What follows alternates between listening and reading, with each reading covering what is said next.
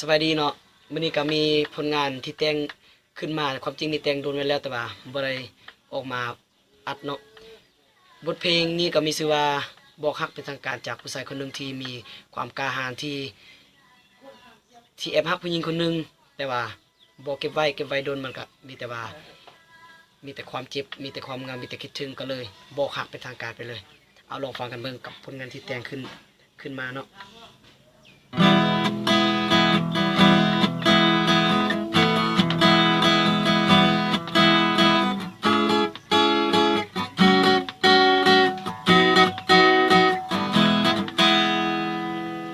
เก็บไว้แอบหักมาแสนนานมันทรมานที่ต้องเอาคิดถึงละเมอฝันใจลมเพิ่งหาคิดฮอดแก้วตาเก็บมันไว้บ่อยู่อย่าบอกให้รู้คิดถึงทุกเวลาใจเฝ้าค้นหาทุกวันและทุกคืนตื่นนอนตอนเช้าไปทำงานก็ยังจ้องหน้าเธอบอกกะบอกหาเข้าไปเลยยังด้วยความกล้าหาญบอกเป็นทางการให้เจ้าได้รับรู้ว่าหากเจ้าอยากได้มาเคียงคู่อยากบอกให้รู้ว่าหากเจ้าหมดใจก็เพียงได้บอกมันก็สุขใจได้ปลดปล่อยไปออกจากใจดวงนี้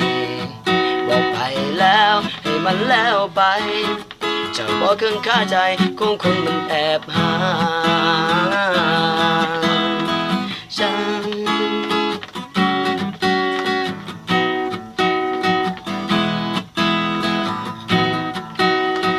ชาดาดิชาดิดาดิชาดิดาดาดิชาดิดาดิชาดิดาดิชาดิดาดิดาดาดิดาดิชาดิดาดิชาดิดาดิชาดิดาดิชาดิดาดิดาดาเข้าไปเลยยังด้วยความกล้าหาญ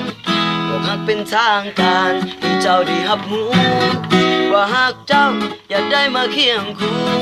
อยากบอกให้รู้ว่าหากเจ้าหมดใจก็เพียงได้บอกมันก็สุขใจได้ปลดปล่อยไปออกจากใจดวงนี้บ่ได้ขอให้เจ้ามาเห็นใจก็เพียงบอกไปมันก็สุขใจหลายที่บอกไปก็ย้อนเก็บไว้บ่อยู่ชาดิดาดิชาดิดาดิดาดาชาดิชาดิดาดิชาดิดาดิดาดา